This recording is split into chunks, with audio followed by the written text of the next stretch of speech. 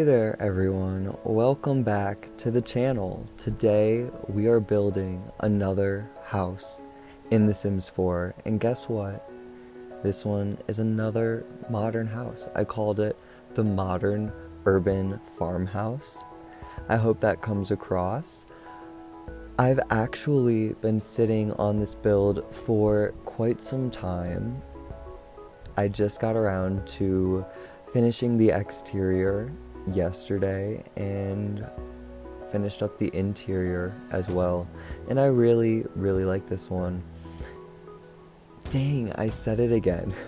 I say that about every single house, but this one is definitely more minimal on the interior than I normally would do, and I think that that's a nice change, and I hope you think so as well. The back of this house is very interesting, and you'll see what I mean right now. There's this really big overhang going on, and I'm about to add some large pillars that go up and support it from the roof. I was not creative enough to come up with this on my own. I was inspired by a picture I saw online, so I don't know how physically it's possible, but someone's done it before, and it looked really cool, and that's why it looks like this. Some more information about this house.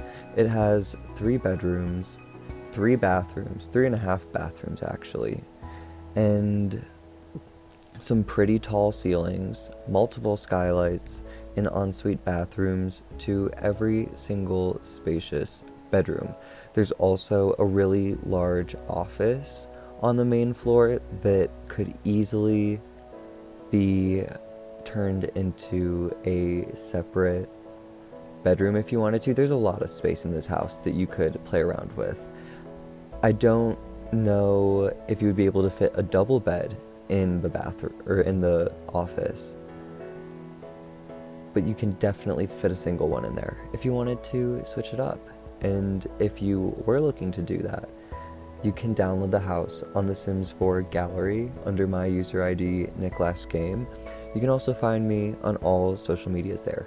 So now that we got that little shameless plug out of the way, a little bit more about the house. It costs just over $93,000, so a bit more expensive, and it uses quite a few packs, but you don't need them to download the house. It'll just be replaced with whatever you do have.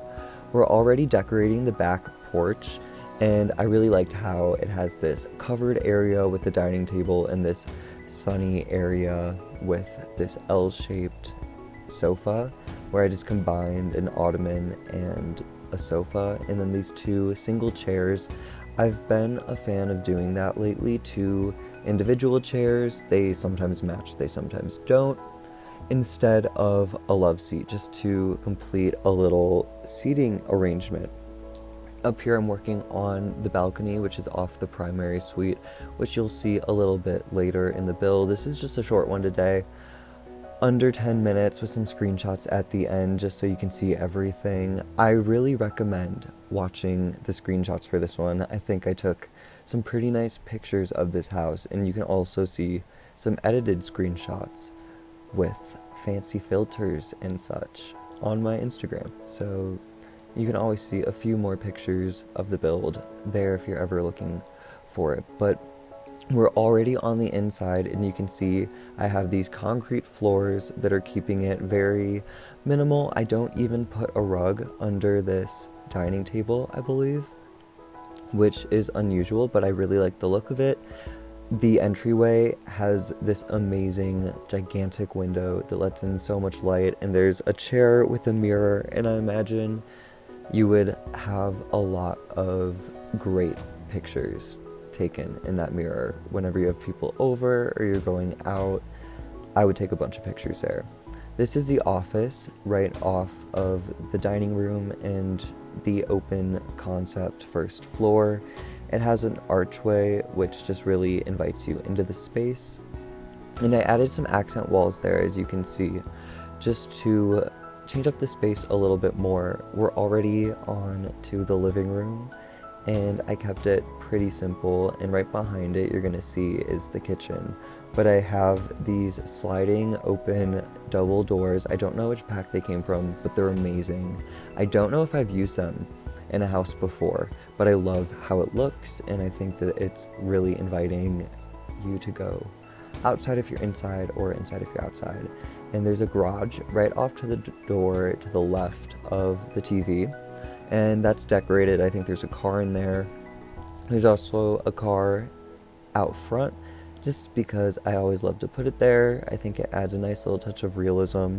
These are the cheapest kitchen counters in the game, I think, that aren't the dirty ones, which really look nice in super modern houses. You don't really need to spend a lot of money to get this really simple, clean look, and I really like that about it. I'm adding in this cool tile backsplash, and I kept everything just very simple.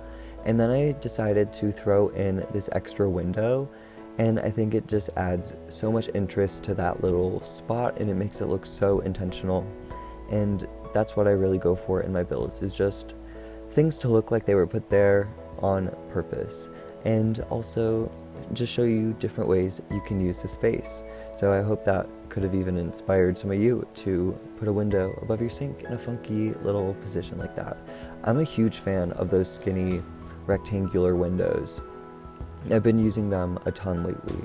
This landing is also one of my favorite things I've put in one of my modern houses. I don't think modern is my strong suit, so I always love just challenging myself to build something and decorate, especially inside. In this room, it has a really nice skylight above it that just lets in so much light, and it photographs really well, and I would want to be there. If that was a real house, I would totally want to be in that landing area. I'm using this nice gray and then this like dark maroon and pink accent color for one of the guest rooms, and I think it looks really nice. There's a TV in here, and there's some skylights that you can see poking in from the top. This is another guest room, and it's massive. I love this green wall.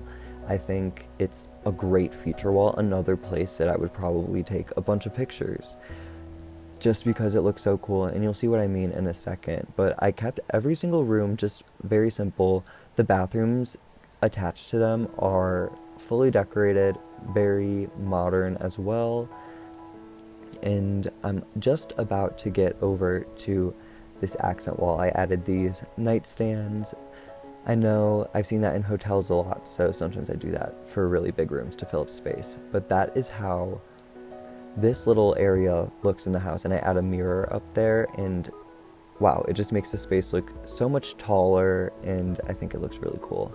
And this is the last room of the house, I believe. We're on to the primary suite, and I changed it up a few times when I was doing the floor plan off camera, and I'm really pleased with how it turned out. There's a walk-in closet off of it, and the two windows in the corner just let in so much light when the sun, I believe, is setting, and it looks really cool. It changes the way that the room looks and how the light impacts it, and that's always really fun to just see the way that the rooms change throughout the day.